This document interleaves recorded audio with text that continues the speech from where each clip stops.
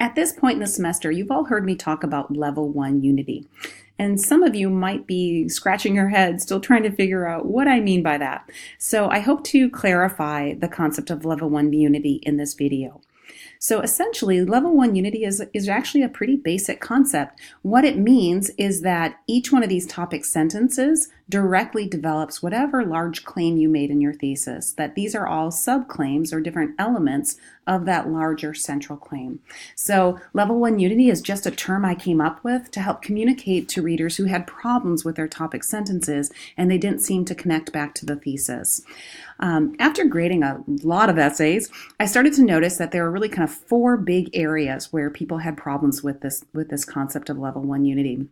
So I created this document to help people to hopefully review this concept before you actually get into the full drafting stages. So if you're still on the outlining stage, to head off any of these possible problems before you actually spend the time to write your full paragraph.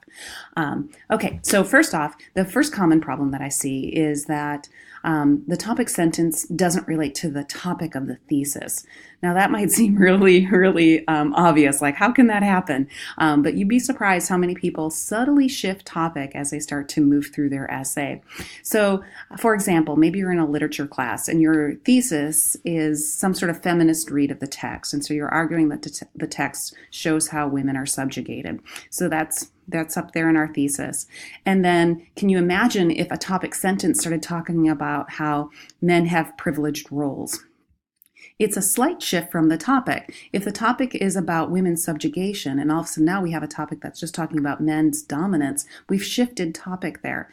So what we would want to do, of course we need to talk about men in that essay, but the men's dominance in the text should be used as support for a claim. So we would want to keep everything about different ways that women are subjugated, and then we would put the comparative element of how men are treated as just support or evidence underneath a subclaim.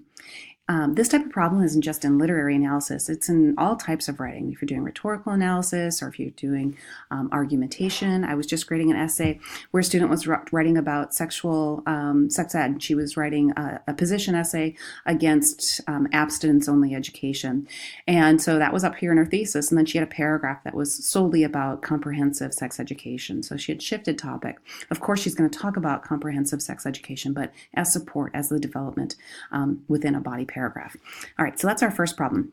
The next problem I've talked about here is making sure each topic sentence is a claim. I kind of wanted to put that as number one because this is probably the most common problem I see.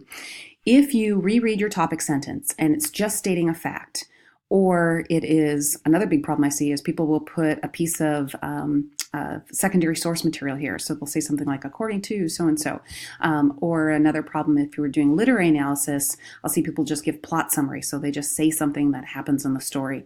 Those are all big red flags. Those types of sentences are not going to create strong analytical paragraphs. Rather, they'd probably create a summary paragraph, and that's not what we're trying to do here. So you want to make sure that you make sure your topic sentence doesn't just state a fact or make some sort of obvious point. So that's this one, making sure each topic sentence is a claim. Point 3 here, make sure that all of your claims directly develop the claim made in your thesis. And there's just a really quick, easy tip, and it actually has secondary benefits as well, which is making sure you weave in key terms. So look back at your thesis, find some key terms, and weave those key terms into your topic sentences. I have another document out on Writing Teacher Tools discussing using key terms to connect or to improve level one unity, and I'll link to that too with this video. And the last one is make sure each claim is unique. I don't know why. I have some theories, but I don't know why. Oftentimes I will see we've got a great claim here, we've got a great claim as the second one, and the third one is actually repeating the first one. So, and that happens in essays that are 3 paragraphs, 4 paragraphs, 5 paragraphs. I don't really know why. That seems like claim 1 and claim 3 oftentimes seem to be repeating each other, but pay attention to that. Doesn't necessarily mean it's always going to happen there, but I do see it quite frequently in that particular location in the essay.